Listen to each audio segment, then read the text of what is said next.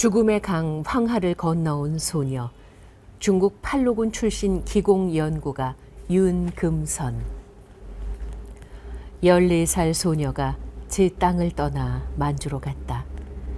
나라는 남의 손에 빼앗긴 지 오래. 배고픔이라도 면하고 싶었다. 만주에는 먼저 이주한 큰 집이 살고 있었다. 땅이 너르고 비옥해 콩 하나가 밤톨만하다는 소문이었다. 그 말에 매달려 온 가족이 낯선 땅으로 이주했다. 그러나 꿈의 땅 만주는 소문과 달랐다. 풍요로운 고장이기는커녕 외려 영하 30도가 넘는 강추위가 기다리고 있을 뿐이었다. 가래침을 탁 뱉으면 땅에 떨어지기도 전에 얼어버리는 땅. 춥고 배고프고 거칠고 낯설었다. 1946년 여름 만주엔 콜레라가 창궐했다. 병에 걸린 중국인은 거의가 죽었는데 조선인은 희한하게 살아난 사람이 많았다. 조선인은 개고기 먹고 고춧가루 먹어서 안 죽었다고 중국인들의 배척이 얼마나 심했다고. 고추밭을 다 망가뜨리고 개도 보이면 잡아가 버렸어. 국민당 군인과 백러시아 군인들은 여자라면 무조건 잡아가는 짐승이었어. 대낮에도 무조건 옷을 잡아 찢으니 그게 짐승이지 사람이요. 올케와 나는 밤낮으로 볕단을 쌓아놓고 그 안에 숨어 있었어. 밥은 밤중에나 몰래 들어와서 먹고. 살 길을 찾아야 했다. 두 오라버니는 군에 입대했다. 배라도 골지 않으려면 그 길뿐이었기에 여동생 윤금선도 따라서 입대했다. 중국 군대 팔로군 가로 열고 1937년부터 1945년까지 일본과 싸운 중국 공산당의 주력 부대 1947년 인민해방군으로 이름이 바뀐다 가로 닫고 중국 군대 팔로군이었다. 일본이 전쟁에 지고 조국은 해방됐다는 소문이 돌았다. 그러나 돌아갈 길은 없었다. 2차 세계대전은 끝났어도 중국은 여전히 전쟁 중이었다. 장제스의 국민군과 마오쩌둥의 인민해방군, 양쪽이 치열하게 대치하는 선봉에 소녀가 배치됐다. 간호병이었다. 호리반이라고 불렀다. 12명이 한 반이고 3반이 한 패인 조직에서 반장과 패장 노릇을 했다. 반, 패, 련, 영, 단이 있고 그 위에 있는 게 사단이었어요. 반이 셋이면 패, 패가 셋이면 련, 련이 셋이면 영, 이런 식이었지. 난 선봉반 반장이고 강철패 패장이었어요. 7년을 전쟁 속에서 살았다. 죽을 고비를 숱하게 넘겼다. 꽃다운 나이에 죽음을 신물나게 경험했다. 남의 나라 전쟁이었다. 남의 땅이었다. 7년의 군 생활은 딴 사람의 일생보다 길었다. 삶을 보는 눈 자체가 달라졌다. 이제 80이 가까운 그 소녀 윤금선은 이야기를 들으려고 바짝 다가앉는 날 보며 어이없어 했다. 그러나 나 또한 만만찮은 사람, 그의 깊고 형형한 눈으로 응시하며 몇 날 며칠 마주 앉아 숱한 이야기를 끄집어냈다. 전에 한 번도 말한 적 없다던 이야기, 차마 발설해서는 안 될 듯한 이야기, 지금 중국에 살고 있는 세 아들의 신상이 염려되는 이야기들이 윤금선의 입에서 술술술 흘러나왔다. 그를 수십 번 만났다. 서울 방학동 네거리에 있던 그의 기공수련원은 신설동을 거쳐 지금은 삼선동 한성대 입구로 옮겼는데 그 옮겨가는 곳마다 열심히 쫓아다녔다. 그에 따르면 기공은 병 없이 오래 살다 세상 전체에 감사하며 미소 띈 채 죽을 수 있는 심신수련 기술이라고 한다. 피부 빛깔이 어떻든 어떤 시대에 살든 동서고금 모든 사람에게는 한 가지 소망이 있어요. 건강하고 행복하게 오래 살고 싶다는 소망이지요. 그 방법을 내 나라 사람들에게 선사하고 싶어요. 나는 내 눈물로 조그만 강도 만들 수 있고 조그만 산도 만들 수 있을 정도로 숱한 고통을 겪으며 살아나온 사람이에요. 할머니들을 모아놓고 말해요. 노인의 눈물을 닦아주는 세상이 좋은 세상이다. 이제까지는 고통을 겪으며 살아왔더라도 우리 지금부터는 재미있고 보람있게 삽시다. 내가 그 기술을 가르쳐 드릴게요. 라고. 인생에는 조양, 오양, 석양이 있는데 자신의 석양은 중국 동포들에게 기공수를 가르치면서 의미와 기쁨을 찾고 싶다는 게 현재 윤금선 선생의 일이고 꿈이다. 조양은 아침의 햇살, 오양은 한낮의 햇살, 석양은 우리가 아는 그 노을, 저녁 노을을 뜻하는 것 같습니다. 한자어가 그렇게 쓰여 있네요. 대열에서 떨어지면 죽음. 군에 입대한 건 1947년 봄이었다. 만주 길림성 영길현에서였다. 큰아버지가 이웃 마을에 나이 많은 남자에게 자신을 시집 보내려 한다는 말을 올케에게 들었다. 마침 팔로군 선전대가 마을에 들어왔다. 가면 밥도 먹여주고 가난한 인민을 해방시키는 장한 일을 하게 된다고 했다. 1930년 생이니 그의 나이 18이었다. 올케한테만 몰래 말하고 40리를 걸어서 갔다. 그 부대 이름은 유엔지 쌍하진 부대라 했다. 폭탄 소리, 탄알 소리를 겁 안 내고 잘 걸을 수 있니? 라고 물었다. 그러겠다고 대답했다. 피 흘리는 걸 보아도 겁내지 않을 수 있니? 라고 물었다. 그러겠다고 했다. 머리를 요렇게 길게 따았는데 가자마자 다 깎아버리대. 그리고 허술한 군복을 주어 남자처럼 헝겊으로 갑방 가로 열고 그는 각반을 이렇게 발음했다. 가로 닫고 갑방을 차고 이튿날부터 바로 전쟁판이었어. 교육받을 새도 없이 부상병들이 몰려들기 시작하는데 말도 못하지. 피 닦아주고 붕대 감아주는 일만 해도 잠은커녕 변소갈 틈도 없었어. 영화나 소설 속 같은 상황이 실제로 벌어졌다. 국민당군과 직접 교전하는 부대였다. 마오쩌둥의 인민해방군이 이기는 중이었다. 전선이 바뀔 때마다 야전 병원도 같이 이동해야 했다. 무조건 걸어야 했다. 24시간 안에 180리를 긴급 행군하는 날도 있었다. 산도 넘고 사막도 지나고 강물도 건넜다. 산으로 이동할 때는 기압이 낮아 코피 터지는 소리가 탁탁 하고 들렸다. 강을 건널 때는 목까지 물이 차올라 팔을 위로 쳐들어 짐을 적시지 않아야 했다. 사람마다 2미터 정도 거리를 두고 설봉산을 올라가는데 깎아지른 벼랑에 길은 외줄기지 누구도 미끄러지면 안 돼. 미끄러져도 구하러 내려갈 수가 없어.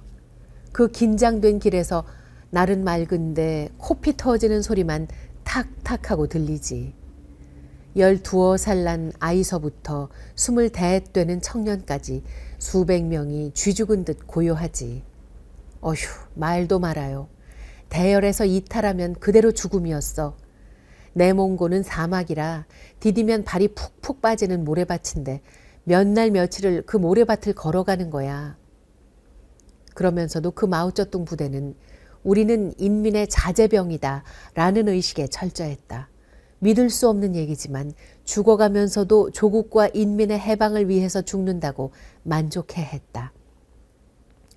물 한 잔으로 한 반 12명이 마셔도 맨 끝에 가면 그게 남아있어요. 마지막까지 서로 양보하느라고 입술만 적시니까 축이 난리가 없어.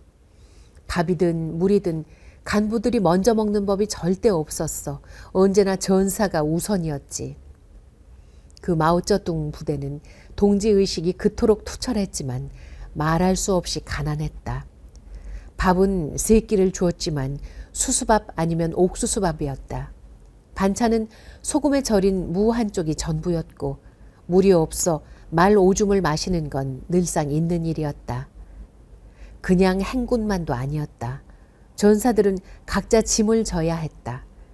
다른 운송수단이 있을 리 없었으니까. 길쭉한 자루를 기워서 제 먹을 식량을 넣어 각자 어깨에 매요.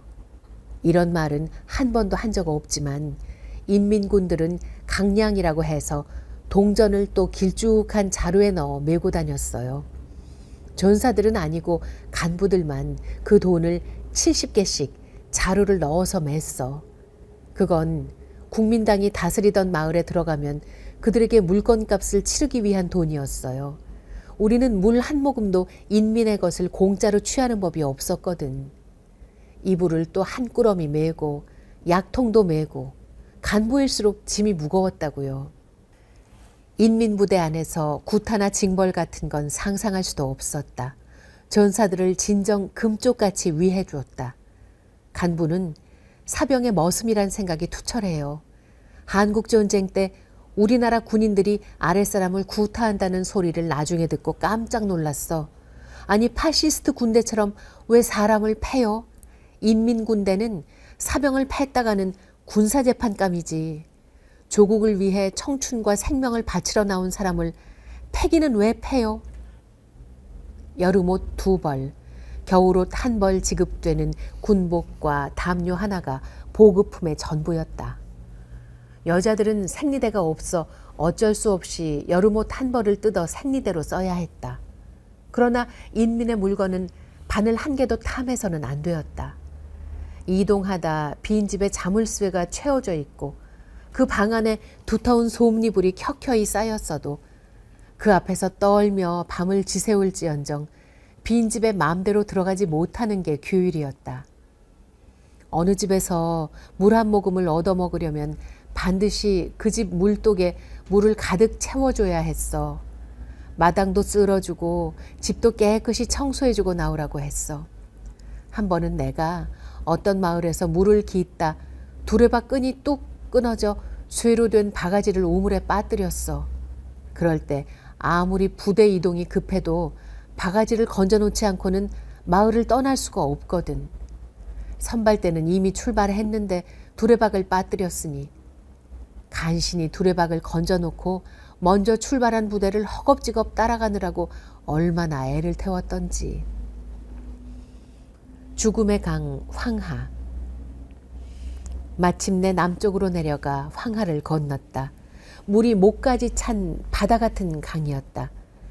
부대원이 다 같이 손을 잡고 한 발 한 발 거대한 강을 건넜다. 황하를 건너는 중 숱한 사람이 죽었다. 물론 밤중에 건넜지만 국민당 군대는 조명탄을 터뜨리며 물 위로 폭격을 계속했다. 죽을 사람은 죽어가도 남은 사람은 이를 악물고 가던 길을 계속 가는 것. 그게 인민해방군의 진격 방식이었다.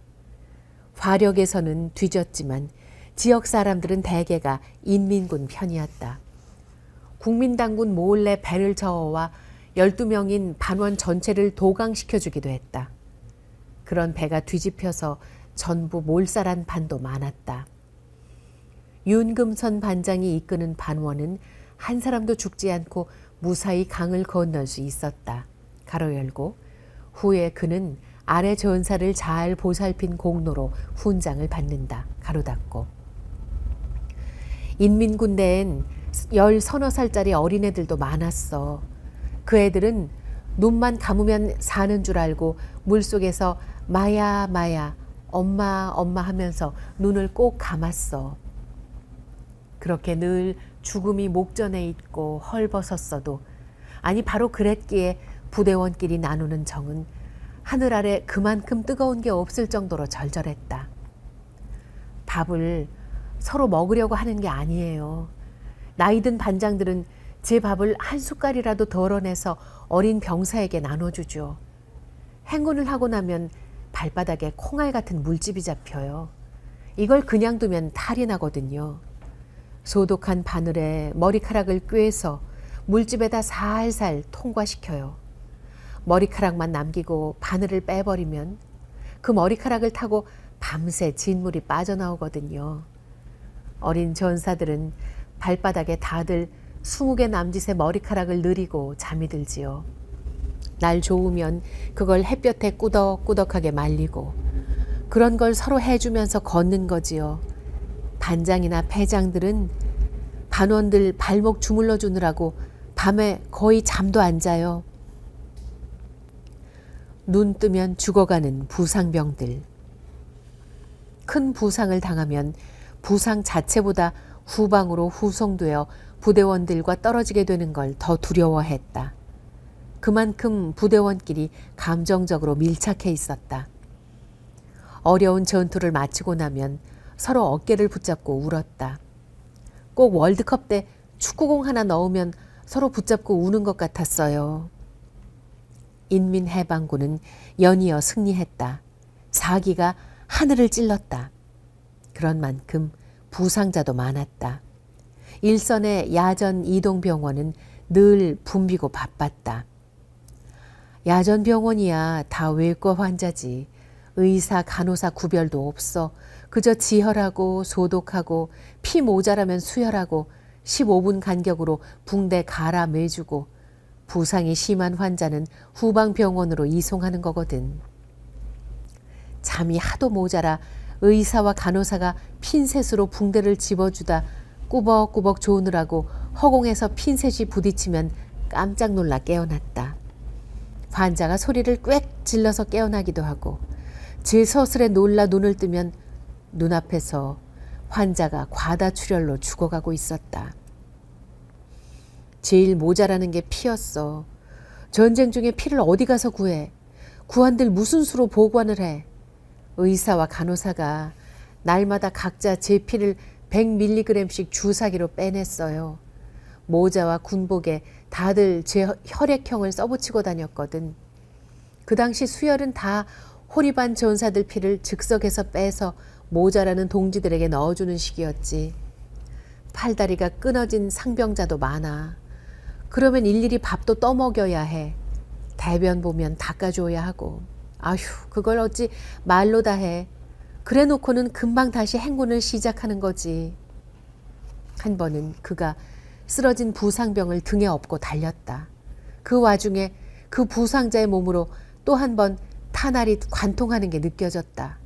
더욱 죽을 힘으로 달렸다. 막사 안에 내려놓으니 부상병은 이미 죽어 있었다. 온몸이 피투성이가 되어 그게 누구의 피인지도 알 길 없었다. 나중 생각하니 그에게 업힌 부상자가 아니었으면 그 탄알은 자기 몸을 뚫고 지나갔겠구나 싶었다. 그런 죽음의 고비를 밥 먹듯 넘기면서 중국 땅 전역을 행군해간 윤금선은 자신의 몸과 마음이 모질고도 어질게 강인하지만 부드럽게 단련되는 것을 느꼈다. 전쟁 중에 울리는 애절한 오르간 소리. 장제스 부대는 기계화 부대였어요. 미국이 무기를 대줬거든. 하지만 우리에게는 보총이라는 길다란 구식 총밖에 없었어요.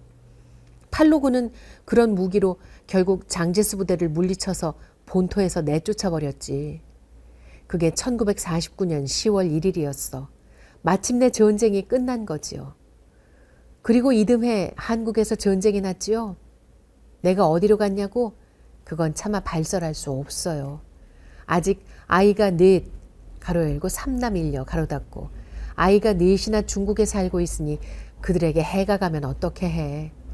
그저 말로는 다 못할 고초를 겪었다고만 해둡시다. 그 후 한국전쟁이 끝난 후인 1954년에 중국에 돌아와서 제대를 했어요. 그러니 군 생활 내내 최전선에만 있었던 셈이지. 발설할 수 없다지만 그가 어디로 간 건지는 충분히 짐작할 만하다. 나중에 윤 선생을 여러 번 만나면서 나는 당시 얘기를 비교적 자세히 들었다. 그가 못내 잊지 못하는 애틋한 장면 하나도 그쯤에서 딸려 나온다. 우리 해방군이 광서성 남영이란 도시에서 수경을 할 때예요. 전사 하나에 담요 하나씩 주는데 한 면은 흰색이고 한 면은 녹색이야. 흰 면은 눈 올 때 사용하는 거고 녹색 쪽은 풀 돋으면 위장하기 쉽도록 여름에 쓰는 거지. 겨울이라 흰 쪽을 쓰고 있는데 의사 하나가 날 다리 아래로 불러. 가봤더니 내 이불에 빨간 게 묻었다 하면서 민홍지 가로 열고 당나무 껍질로 만든 질기고 얇은 종이 가로 닫고 민홍지를 한 묶음 줘. 이걸로 빨리 바치라고 하면서 생리혈을 흘린 거지. 무안하고 부끄러워 내 얼굴이 귀 밑까지 빨개졌어. 그들은 광서성 어느 중학교 교실에 주둔하고 있었다. 교실에 자그마한 오르간이 있었다. 그 의사는 그날 밤 오르간 앞에 앉아서 당시 한창 유행하던 백모녀라는 슬픈 노래를 치면서 소녀 윤금선에게 말했다. 너네 팬은 내일 동북으로 갈 거다. 위험한 군사훈련에 참가하게 될 거다. 가서 부디 훈련 잘하고 부디 건강해라. 그리고 언젠가는 꼭 돌아오너라. 그게 전부였다. 무슨 언약도 정다운 몸짓도 있을 리 없는 상황이었다. 윤금선의 뇌리엔 희한하게도 그 오르간의 슬픈 곡조가 평생 따라다녔다. 살아있으면 꼭 한번 만나보았으면. 그 의사 이름 기억하세요? 그럼요. 기억하고 말고. 그 사람 이름은 나천룡이었어. 살아있는지 한번 알아나 보았으면. 민홍지 한 묶음을 받고 슬픈 노래를 연주해주고 부디 무사할 것을 빌어준 사람. 단지 그것뿐이었던 이의 이름을 평생 기억해온 심정을 무엇라고 이름 붙일까? 차마 첫사랑이라곤 부를 수 없다. 그러기엔 함께 나눈 사연이 워낙 부실하니까. 그러나 아니라고 말할 수도 없다. 여든이 다 된 지금도 윤금선의 귀엔 그 곡조가 선명하게 들릴 뿐더러 그 사람 이름을 발음할 때 눈빛이 아련해지고 꼭 한 번만 그 사람을 만나고 싶다지 않던가. 하긴 부실하다고 판단하는 것은 나의 편견일지도 모른다. 외간 남자에게 생리혈을 들킨 처녀의 부끄러움과 상대의 너그러운 태도, 살벌한 전쟁 중에 울리는 애절한 오르간 소리, 따스하게 연민하는 안타까운 시선. 그것만으로 연애가 시작되는 필요 조건은 이미 충분하다. 더구나 윤금선은 당 간부였던 그가 이미 알고 있던 대로 이튿날 동북으로 떠난다. 1950년 10월 25일이었다. 뚜껑 없는 화물차를 타고 의주로 가서 압록강을 건널 때는 떼배로 건넜다. 그건 결코 훈련이 아니었다. 항미 원조라고 했어요. 마오쩌둥은 뛰어난 연설가거든요. 북조선과 중국은 입술과 이빨 같은 관계라고. 가서 미국의 침략을 막아야 한다고 했어요. 중공군의 인해 전술과 일사후퇴, 유엔군 참전과 9.28 서울 수복. 우리가 역사로만 알고 있던 그런 치명적인 사건들을 윤금선은 현장에서 맨몸으로 겪는다. 이유도 모른 채 서로에게 총을 겨누다. 그 얘기를 하면서 그는 여러 번 치를 떨었다. 나로서는 난생 처음 듣는 내용이기도 했고 난생 처음 생각해 본 관점이기도 했다. 우린 이듬해 8월 말부터 후퇴를 시작했어요. 9월 16일 평양은 완전히 피바다가 됐지요. 적십자 표시를 단 곳은 폭격하지 말아야 한다는 국제협약이 있었지만 그런 건 전혀 지켜지지 않았어요. 사람은 물론 돼지 새끼라도 움직이는 것은 무엇든지 다 죽였어요. 거리에 사람 머리가 두글두글 굴러다녔고 피가 도랑이 되어 흘러 넘쳤어요. 소학교 전체에 학생이 하나도 없었어요. 온 마을에 젊은이가 없어 혼인도 못했어요. 아이들과 젊은이는 몰살당하고 노인들만 남은 마을에 숱했어요. 그랬으니 북한이 미국에 대해 좋은 인상을 가질 리가 있겠어요. 미국이라면 저절로 원수라는 말이 나올 수밖에 없도록 했다니까요. 그 전쟁에서 누가 내 편이고 누가 적이었을까? 양쪽 다 이유도 모른 채 서로에게 총을 겨눴다. 그 총에 피를 쏟으며 곁에 전우가 쓰러지면 그때부터 상대방에 대한 적의가 무섭게 솟구쳤다. 그리고 그 피바다 속에서 윤금선은 믿을 수 없이 살아남았다. 탄알이 나를 비켜갔어요. 내가 무슨 수로 탄알을 피했겠어요. 휴전이 되고 웅기에 사는 김씨성 가진 사람을 집까지 데려다주고 중국으로 돌아간다. 바다 곁에 있는 마을이대요. 3대 독자라고 하대요. 죽은 줄 알았는데 살아 돌아왔다고 동네 사람들이 다 나와서 환호를 하대요. 다시 압록강을 건너 두만강 도문에 오니 잎사귀가 한창 나올 때예요. 중국 땅의 나무는 이파리 하나도 화평의 감각으로 흔들리는구나 싶었어요. 북조선은 나뭇잎 하나 풀 한 포기도 죽은 듯 굳어 있었거든요. 내가 우황청심환 팔러 왔나? 그 소녀 윤금선은 2000년 서울로 돌아왔다. 어머니가 92의 나이로 중국 창춘에서 돌아가시며 유언을 했다. 내가 비록 몸은 여기서 죽지만 죽은 몸일랑 되놈들 사이에 묻지 마라. 가루내어 송화강에 뿌려라. 뼛가루라도 내 고향 합천으로 흘러가 보고 싶다. 어머니가 그토록 그리던 고향이란 도대체 무엇일까? 돌아가 보고 싶었다. 실은 1992년에 서울에 온 적이 있었다. 그 사연을 말하면서 윤금선은 갑자기 눈물을 보였다. 옆에서 사람이 죽어나가는 치열한 전투 얘기 때는 담담하기만 하던 그였다. 당시에는 한국에 나오기가 쉽지 않았어요. 친척의 초청이 있어야 했고 준비하는 데만 10년 넘게 내부 조사를 받아야 했거든요. 그런데 비자 시효가 석 달밖에 안 돼요. 청주 사는 친척이 초청에 나오긴 했는데 법무부에서 석 달 만에 떠나래요. 떠나려니 내 마음이 대단히 섭섭하더라고요. 법무부 출입국 관리사무소에 가서 항의했죠. 60년 만에 고향을 찾아온 사람을 이렇게 쫓듯이 내쫓는 법이 어디 있느냐. 내가 중국에 밥이 없어 온 것도 아니고 옷이 없어 온 것도 아니다. 내가 무슨 우황청심환이나 팔려고 온 사람인 줄 아느냐. 고향의 기운을 느끼고 고향 사람과 이야기를 나누고 싶어 왔는데 어찌 이리 천대하느냐고. 그때 청와대 비서실에 근무하던 김선호라는 사람과 연락이 닿았다. 김 씨는 소설 단의 주인공인 권태우옹의 수제자로 기공수련의 고단자였다. 이미 중국에서 그를 한 번 만난 적도 있었다. 김 씨는 출국을 연기해 준 건 물론 청와대에 데리고 가 국무위원들의 병을 보게 했다.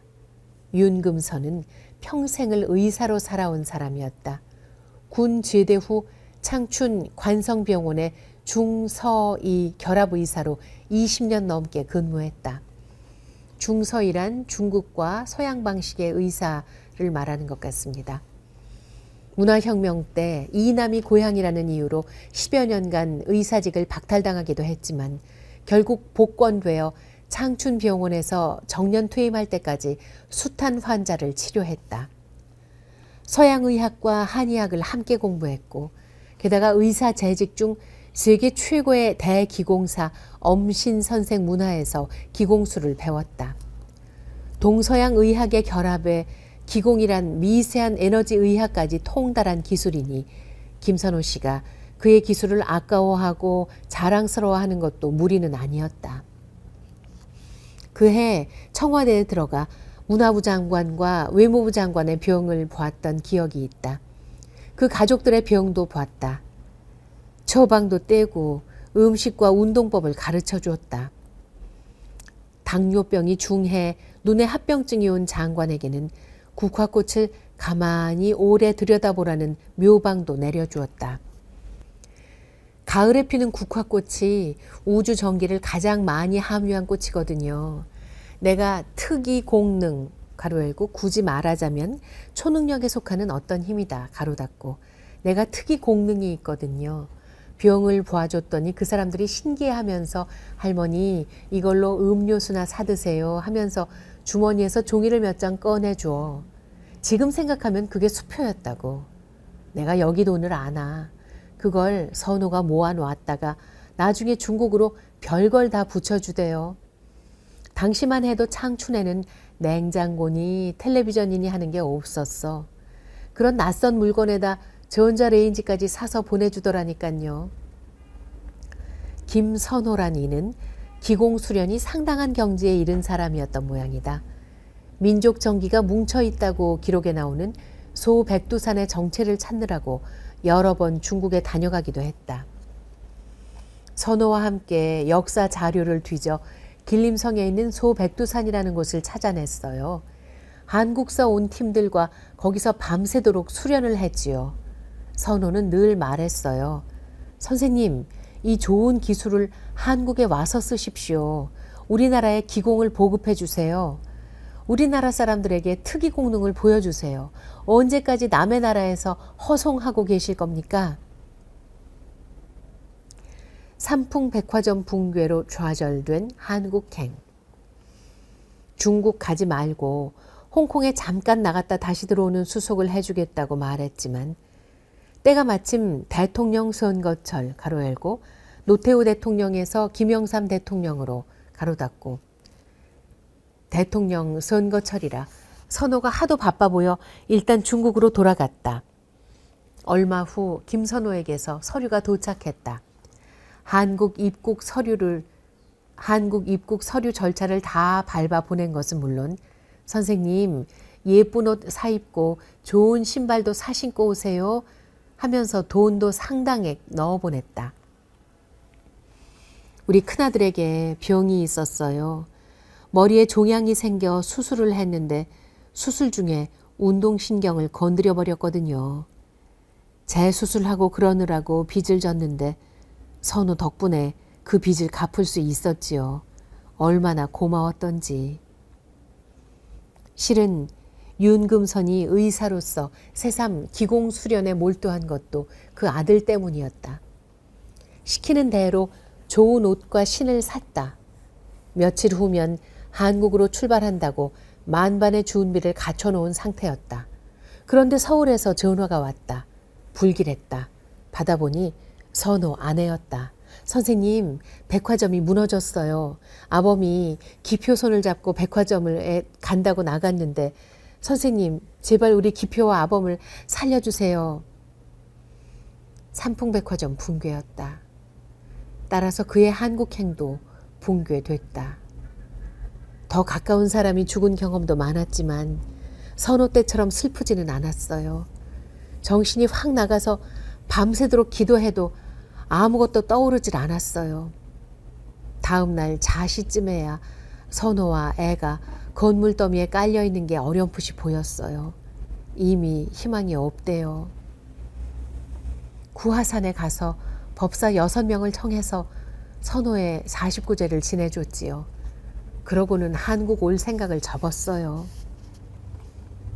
6년 후 한국정신과학연구소에서 외국인 연구원 자격으로 그를 초청했다. 늘 선호의 마지막 말이 귀에 쟁쟁했다.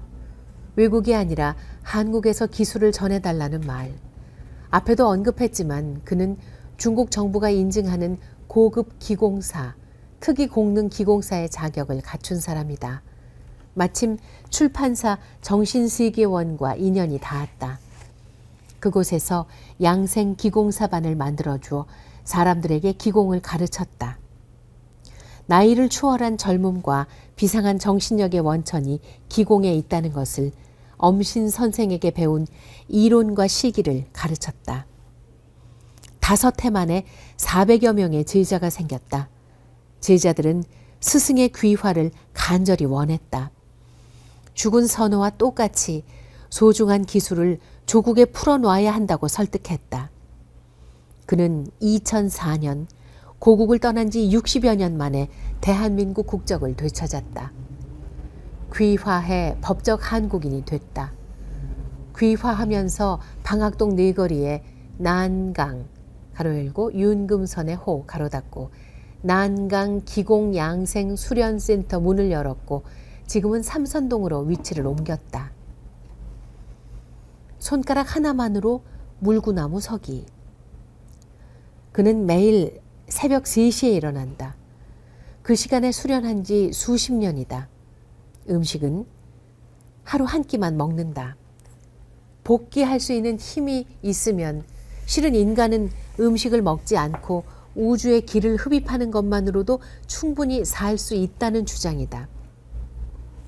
가로 열고 음식에서만 에너지를 섭취할 수 있다는 것은 서양 영양학의 착각이고 오히려 음식 양을 줄이는 것이 매우 바람직한 일이란다. 가로 닫고. 고기는 물론 입에 대지 않고 멸치조차 먹지 않은 지 오래다.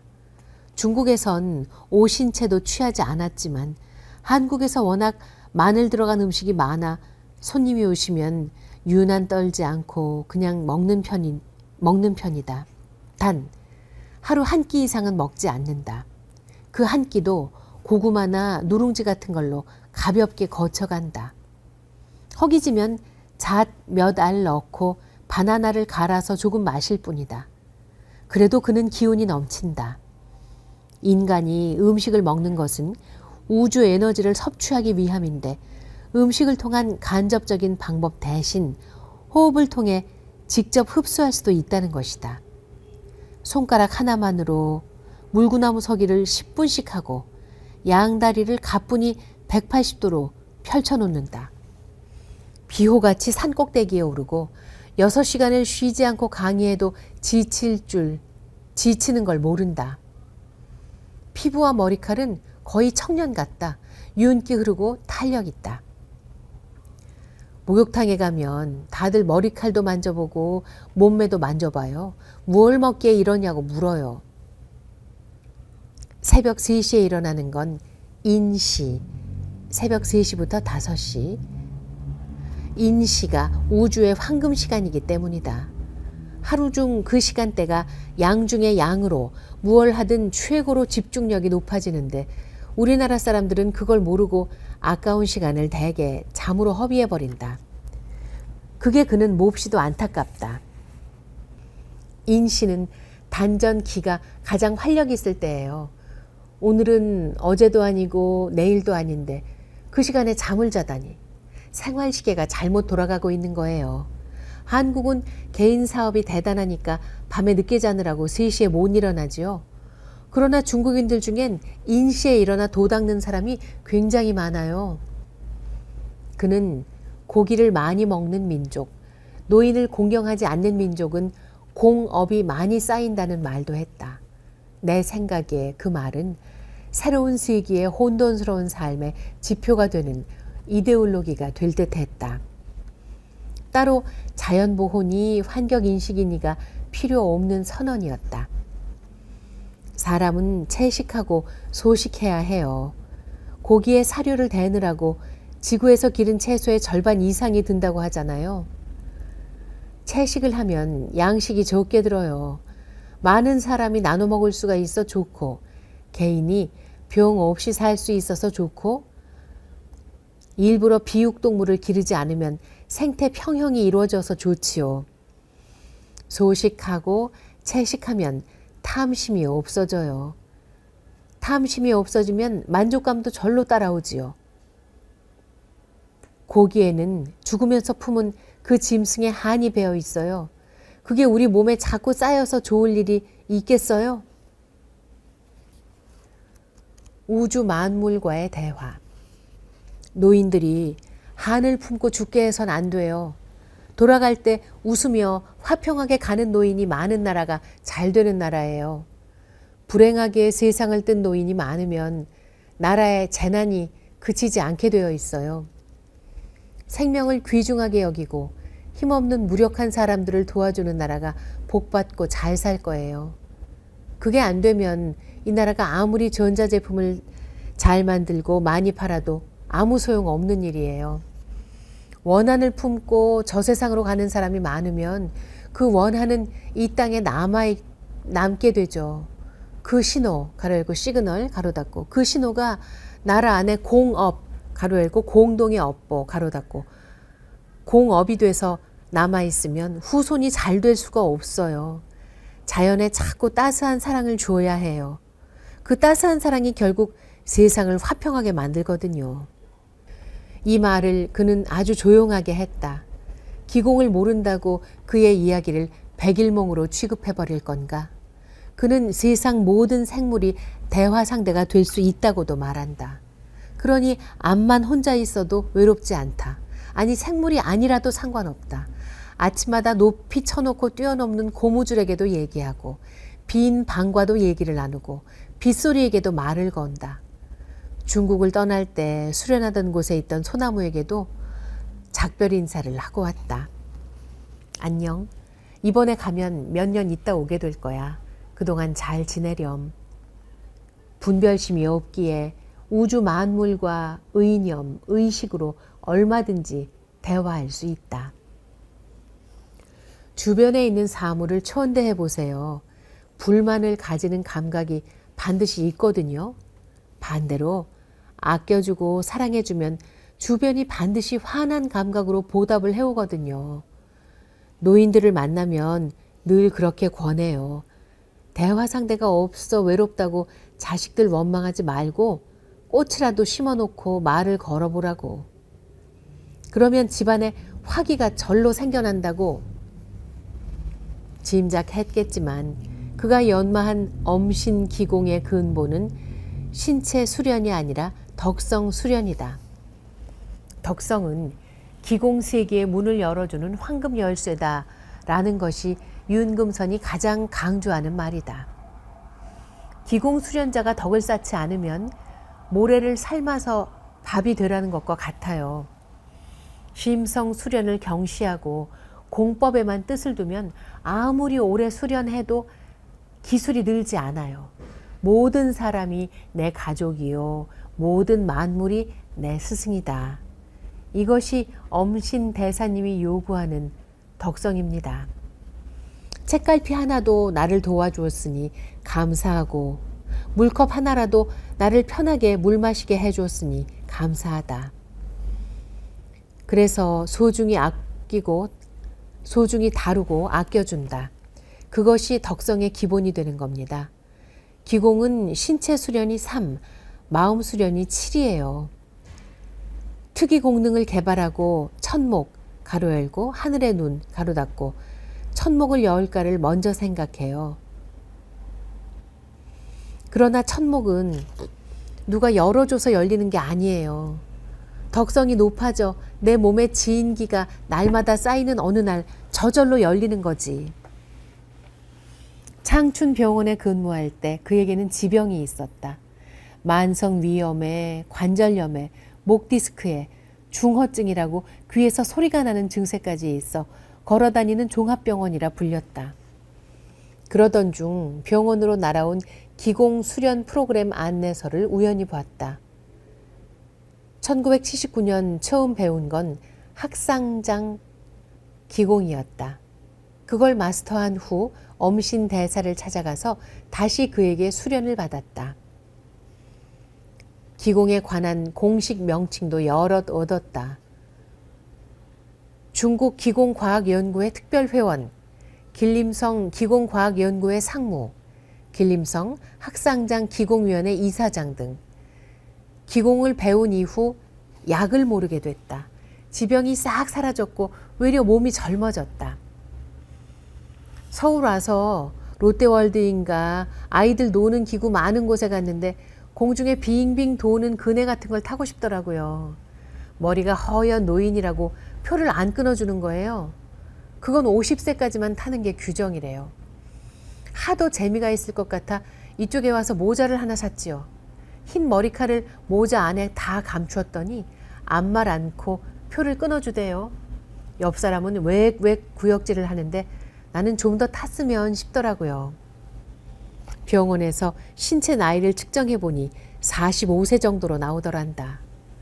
젊은 시절 그토록 모진 고초를 겪었건만 그의 얼굴은 화평하고 웃음 가득하다.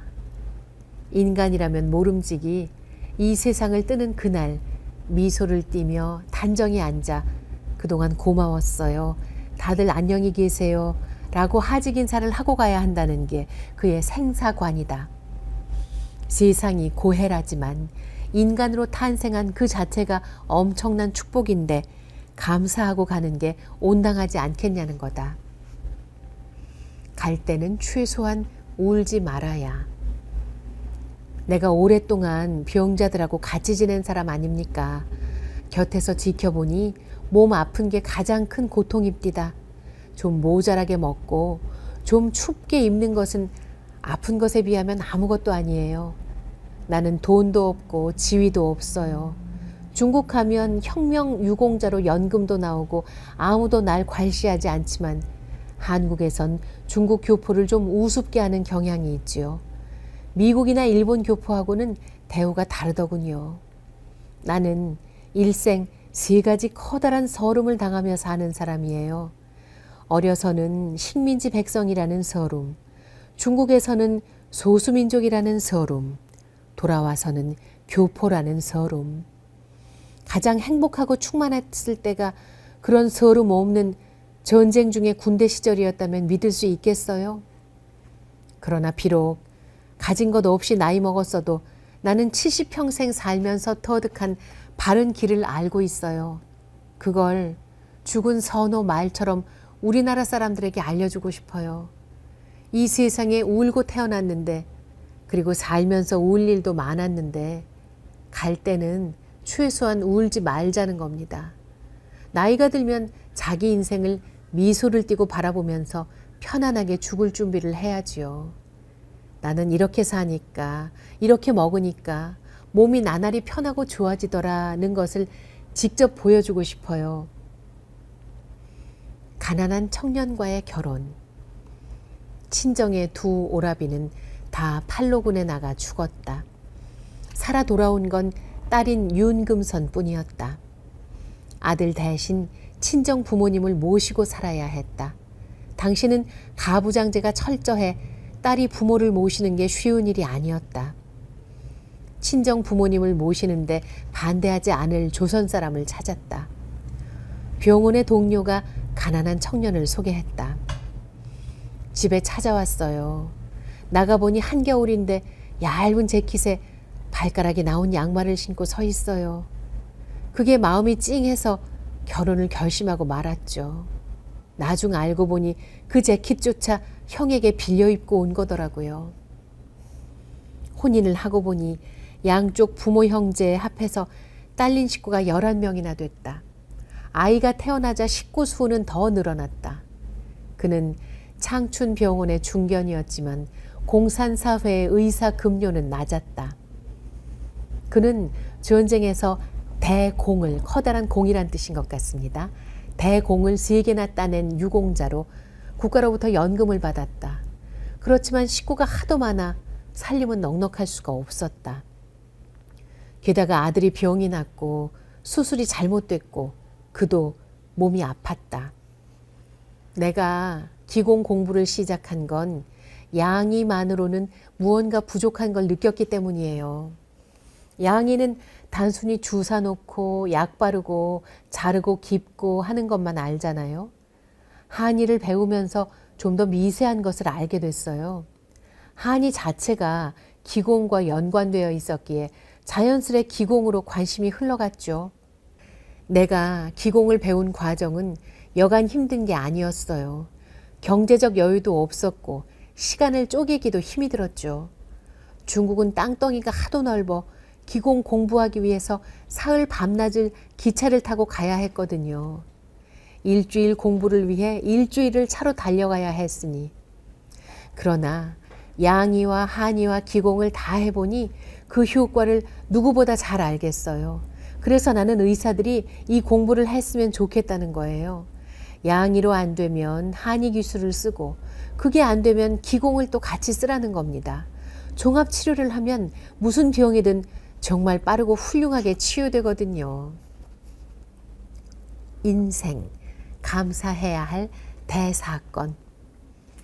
그에게 들은 이야기를 무슨 수로 다 옮기랴. 화가 나면 그릇에 물을 떠놓고 그저 바라보기만 해라. 물기운이 마음의 화 기운을 곧 다스려 줄 것이다. 어린아이 같은 마음을 지녀라. 불편하거든 자기가 6살인 아이, 가로 열고 남자는 7살 가로 닫고 6살인 아이라고 생각해라. 그때의 몸과 마음의 생기와 약동을 떠올려 봐라. 인생에 대해 미소를 지어라. 남에게 항상 좋은 파동을 전하라. 이런 충고들은 되씹을수록 주옥 같다. 굳이 고급 기공사의 입에서 나온 말이 아니라도 우리 삶에서 유념할 만한 의미가 풍부하게 담겼다. 오래 한국을 떠나 살던 사람이 본 우리는 어떤가? 그의 대답은 이랬다. 뭐랄까? 사람을 너무 사용주의로 대해요. 필요하면 당겼다가 필요 없으면 밀어 던져버린달까? 중국 사람들이 텁텁하고 수더분하다면 여기 사람들은 너무 매끄러워요. 물론 민족마다 장단점이 있기는 하지만 그리고 여기 사람들은 깊이 사귈 수가 없어요. 깊은 속을 안 보이고 마음이 자주 변해요. 거리가 깨끗하고 중국에 비해 공기가 맑고 도둑도 없어 처음에는 여기가 바로 천당인가 싶었는데 그 지적은 우리를 되돌아보게 한다. 저건 우리가 일수 일본 사람들을 향해 내뱉던 지적과 닮았구나. 행복이란 게 무언가? 건강과 죽음과 전쟁의 의미는 또 무엇인가? 숱한 생각을 다스리지 못한 채 윤금선 선생의 집 대문을 나선다. 우리가 전장으로 내보냈던 인민군 소녀는 죽지도 않았고 늙지도 않았다. 돌아와 외려 우리에게 마음의 평화를 얘기하며 따스하게 손을 내민다.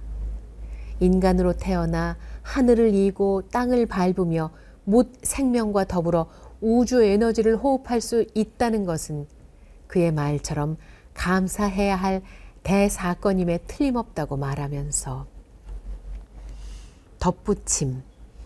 이 글을 쓴 후 나는 윤 선생에게 엄신기공 초중급 과정을 배웠고 벽곡 수련도 몇 차례 경험했다. 그를 매주 3시간씩 18개월 이상 만나면서 가까이서 지켜보아왔다. 여든을 코앞에 둔 그는 하루 9시간을 강의해도 피로의 기색이 전혀 없다. 언제나 반분의 미소, 가로 열고 웃는 것도 아니고 안 웃는 것도 아닌 상태, 가로 닫고 반분의 미소를 띠고 태산 같은 자세로 가부좌한 채 단전을 응시하는 윤 선생을 보고 있자면 사람이 그저 뼈와 피와 살로 뭉쳐져 우연히 이 지상에 던져진 물질은 아닐 거라는 확신이 절로 든다. 그는 불교도도 기독교인도 아니다. 그저 콩 심은 데 콩 나는 인과를 믿고 동식물과 사물에 생명이 있다고 여기며 사람과 자연이 둘이 아니라고 생각하는 어려서 돌아간 우리 할머니와 똑같은 사상을 지니셨다. 물질이 너무 풍요로워서 우리 정신은 되려 가난해 버린 건지도 모른다. 사람끼리 애정을 나누고 자연에서 충족을 얻는 대신 경쟁과 소비 시스템에 행복을 맡겨버린 것. 그래서 제 몸 안에 내재한 자연 치유력과 환희심을 잃어버린 것. 기공수련은 그것에 대한 반성에서부터 출발해야 한다는 것이 그동안의 내 느낌이었다. 우린 제발 전쟁하지 말아요. 남의 나라에 원한 살짓하면 안 돼요. 이게 결과 그리고 원인 할 때 그 인자입니다. 원인에는 결과가 반드시 따라오게 돼 있어요. 사람마다 마음속에 덕성이 있어요. 서령 씨, 천금 같은 인생을 금옥같이 살아야 해요. 자기 속의 덕성을 개발하면 우주 안에서 동질의 파장을 모조리 끌어모을 수 있고 그러면 아무것도 겁낼 게 없지요. 가로 열고 2007년 가로 닫고 윤금선은 여전히 삼선교 동방대학원 대학교 근처에서 제자들에게 엄신기공을 가르치고 있다. 얼마 전엔 어떤 보험회사 광고에서 손가락 2개로 물구나무 서서 잔디밭을 도는 모습도 보여줬다. 88이지만 그는 결코 노인이 아니다. 살아있다는 대사건을 기뻐하며 지치지 않고 심신을 수련하는 중이다. 2017년. 끝으로 윤금선 선생의 간단한 연보를 읽어드리겠습니다. 1930년 태어남, 1943년 가난 때문에 만주행, 1947년 중국 팔로군 입대, 중국 내전 참가, 1950년 한국전쟁 투입, 1954년 군 제대 후 기공술 연마, 중국 창춘에서 의사로 20년 넘게 근무, 2002년 한국으로 돌아와 현재는 삼선동에서 사람들에게 기공을 가르치고 있다.